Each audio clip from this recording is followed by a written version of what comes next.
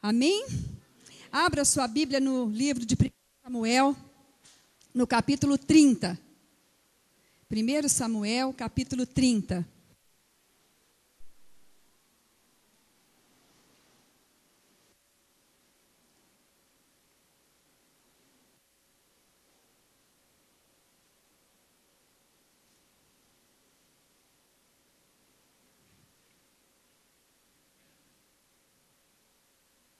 Quem aqui já perdeu alguma coisa? Né? A gente já teve tantas perdas, né? Perdas talvez que trouxe dor, que trouxe tristeza, vários tipos de perda. Se a gente for perguntar para cada um, a gente vai perceber que tem muitas perdas, mas que o Senhor pode restituir, amém? Ele pode restituir. E nós vamos falar hoje um pouquinho exatamente isso, em busca das perdas. No capítulo 30 de 1 Samuel, Samuel foi o último dos juízes. Sucedeu, pois, que chegando Davi e os seus homens ao terceiro dia a Ziclague, já os amalequitas tinham dado com ímpeto contra o sul e Ziclague e a esta ferido e queimado. Tinham levado cativas as mulheres que lá se achavam, porém a ninguém mataram, nem pequenos, nem grandes. Tão somente os levaram consigo e foram seu caminho. Davi e os seus homens vieram à cidade, e ela queimada, e suas mulheres, seus filhos e suas filhas eram levados cativos. Então Davi e o povo que se achava com ele ergueram a voz e choraram, até não terem mais forças, mais lágrimas para chorar. Também as duas mulheres de Davi foram levadas cativas, Ainoã, a Jezreelita, e Abigail, a viúva de Nabal, o carmelita. Davi muito se angustiou, pois o povo falava de apedrejá-lo, porque todos estavam em amargura, cada um por causa de seus filhos e de suas filhas. Porém, Davi se reanimou no Senhor, seu Deus. Fala, Davi se reanimou no Senhor, seu Deus.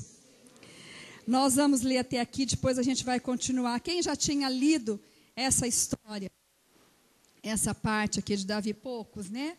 Poucos conhecem. Então, o que aconteceu aqui? Imagina Davi, estava com o exército dele, já fazia 10 dias que ele estava fora desse lugar, Ziclague, onde estava toda a sua família, onde estavam seus filhos, sua esposa.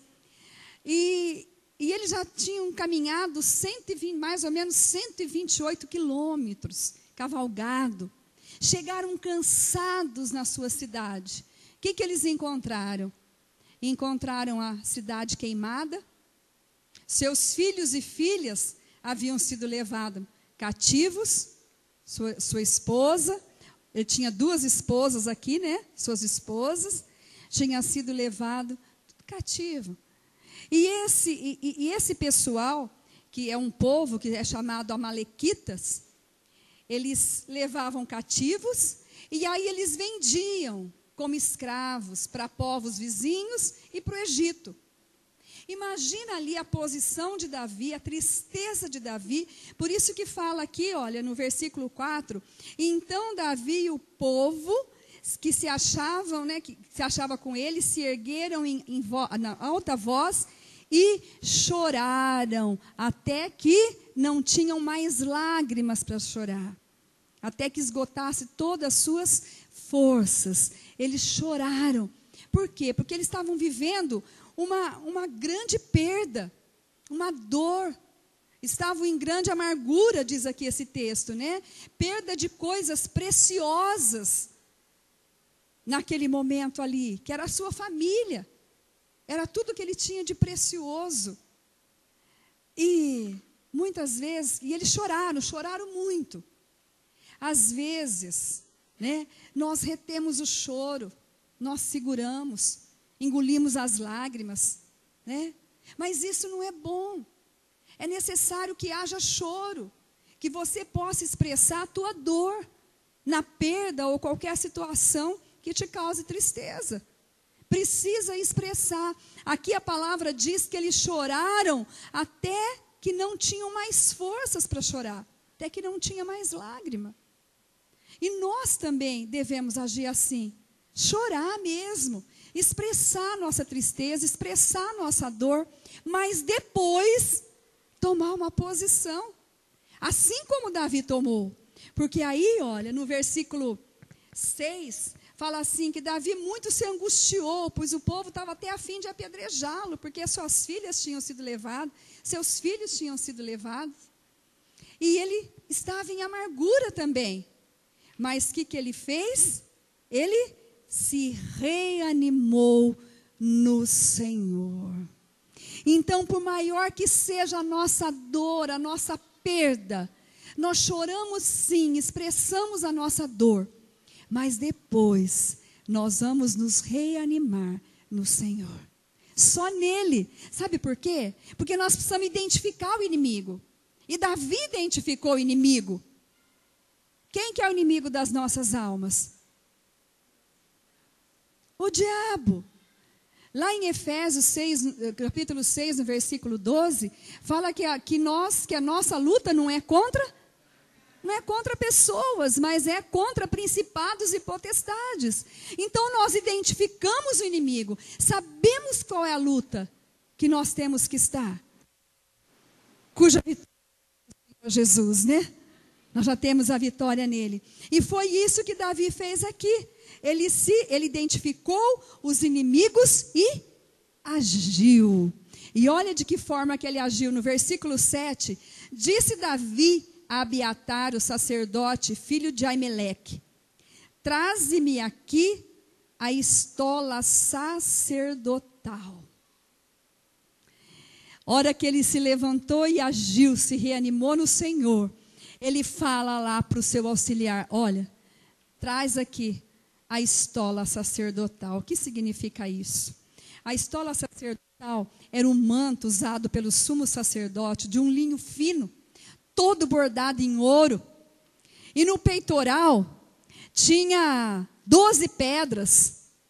E essas pedras, cada uma delas, levava o nome de uma tribo, das 12 tribos. Então, o que isso significava ali? O que Davi pediu esse manto sacerdotal, a estola sacerdotal? Então, se a gente adentrar aqui no que o Senhor quer nos falar, é como se Davi estivesse falando assim: olha, eu vou usar agora diante de ti, Pai, a autoridade que o Senhor me deu. E eu vou trazer diante de ti todas as promessas, toda a história de um povo que o Senhor prometeu a libertação. Vocês estão entendendo? E ele pegou a estola sacerdotal. E aí diz a palavra que ele consultou o Senhor. Olha aí no versículo 8. Então, consultou Davi ao Senhor. Se você quiser saber um pouquinho mais sobre a estola sacerdotal, sobre as vestes sacerdotais, está lá em Êxodo, no capítulo 28. Em casa você lê, que é maravilhoso a maneira que Deus, os detalhes ricos a respeito dessas vestes que o Senhor coloca ali. Então, Êxodo 28, você olha na sua casa, amém? E aí Davi consultou a Deus. Querido, todas as vezes que nós nos encontramos numa situação de perda, uma situação que traz um desconforto, uma situação que você fala, não tem mais jeito, não chore, faz tudo o que você precisa fazer diante de Deus, mas consulte ao Senhor, consulte, deixe Ele falar com você, deixa Ele dar direção, porque nós sozinhos não conseguimos. E tem mais uma coisa: se tivermos embaixo ou sob a direção do Senhor, Ele vai trazer de volta tudo aquilo que nós perdemos. Ele traz. Mas tem que estar o quê? Consultando ao Senhor, porque Ele dá a resposta imediata. E Ele falou assim para Davi. Aí Davi consultou o Senhor perguntando, né? O que eu vou fazer? Eu devo persegui-los? Olha aí no versículo 8. Perseguirei eu o bando Alcançá-lo-ei? Respondeu o Senhor: persegue-o, porque de fato alcançará, e tudo libertarás. Quando nós consultamos o Senhor, Ele vem com uma resposta tremenda. Olha, com convicção: vai, faz isso, porque você vai ter. Vai, me obedeça, porque vai acontecer. E é isso que Ele falou para Davi. Vai, pode ir, persegue o inimigo. Nós devemos perseguir o inimigo, queridos. Sabe para quê? Para vencer. Porque a vitória nós já conseguimos lá na cruz do Calvário, através de Jesus Cristo de Nazaré. E Ele passa essa vitória para nós. Ele dá para nós isso. Então nós perseguimos o inimigo até que possamos obter o quê? A vitória. E vencer. E não ter medo do inimigo. Não ter medo. Porque nós vamos ver aqui, continuando com a história, que o Senhor traz o inimigo aos nossos pés. É isso que Ele faz. Porque a nossa luta não é contra a carne e sangue, não é contra pessoas. Mas é contra aquilo que age para atrapalhar os planos de Deus nas nossas vidas. Para nos tirar do foco. E aí continua. No versículo 10. Davi, porém, e 400 homens continuaram a perseguição. Pois que 200 ficaram para trás por não poderem, de cansados que estavam, passar o ribeiro de Besor. Acharam no campo, preste atenção nisso aqui, ó, versículo 11. Acharam no campo um homem egípcio e o trouxeram a Davi. Deram-lhe pão e comeu, deram-lhe a beber água. Deram-lhe também um pedaço de passas de figo secos e 2 cachos de passas, e comeu. Recobrou então o alento, pois havia 3 dias e 3 noites que não comia pão, nem bebia água. Querido, Davi estava indo para o terreno do inimigo. Quando nós consultamos ao Senhor, e recebemos a direção do Senhor, recebemos aquilo que vem dEle, a convicção que vem dEle, Ele traz sinais, Ele nos dá sinal. Então, não despreze o sinal que Deus te dá, quando você consulta o Senhor. Aqui, por exemplo, Davi estava num terreno do inimigo. Ele havia pisado no terreno do inimigo já. Ele estava perseguindo o inimigo. Aí apareceu um homem. Qual seria a reação imediata de um exército, né? Já fazer alguma coisa com esse homem. Porque era do exército inimigo. Ele estava ali. E aí, mas Davi falou assim para ele: de quem és tu e de onde vens? Primeiro alimentou aquele homem. Por quê? O Senhor nos dá estratégia, sempre, quando nós estamos no caminho do Senhor, quando Ele nos dá a direção, quando consultamos ao Senhor, amém? E ele pergunta: de onde vens? Respondeu o moço: sou um servo de um amalequita, e o meu Senhor me deixou aqui porque adoeci há 3 dias. E aí ele começa a contar para Davi o que foi que eles fizeram na cidade de Davi, que foram eles que levaram cativo toda a sua família. Nós demos com ímpeto contra o lado sul dos queretitas, contra o território de Judá e contra o lado sul de Calebe, e pusemos fogo em Ziclag, quer dizer, destruímos a tua cidade. E aí sabe o que Davi fala? Poderias, descendo, guiar-me a este bando? Queridos, olha, por isso que Davi é chamado o homem segundo o coração de Deus, né? Porque vocês imaginam ali o homem que estava falando o que havia feito com a família dele, o que havia feito na cidade dele, e ele não o matou imediatamente, não espancou, não fez nada. Ele poderia ter feito isso. Mas ele fala: olha, você poderia, me faz esse favor, me leva até esse bando. Aí o moço, olha a estratégia de Deus, o sinal que Deus nos dá. O moço falou: mas pelo amor de Deus, você não me mata. E nem não me deixa também com meu senhor. Porque com certeza os amalequitas matariam, porque ele atraiu. Vocês estão entendendo? Aquele homem foi colocado ali diante de Davi. Quando nós entramos dentro dos planos do Senhor, nós tomamos posse da promessa, aquilo que Ele estabeleceu para as nossas vidas. Ele nos guia de tal maneira que Ele nos dá sinais, que Ele nos dá estratégia.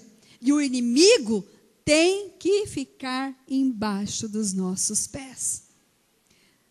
Amém? E aí continua a história. E eles desceram, Davi foi até o campo inimigo. E sabe o que estava acontecendo lá?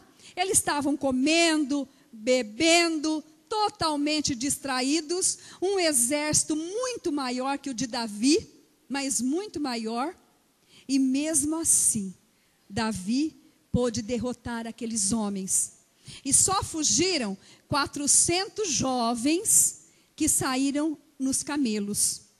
400 jovens fugiram ali. O resto, Davi matou, exterminou, acabou com aquele povo.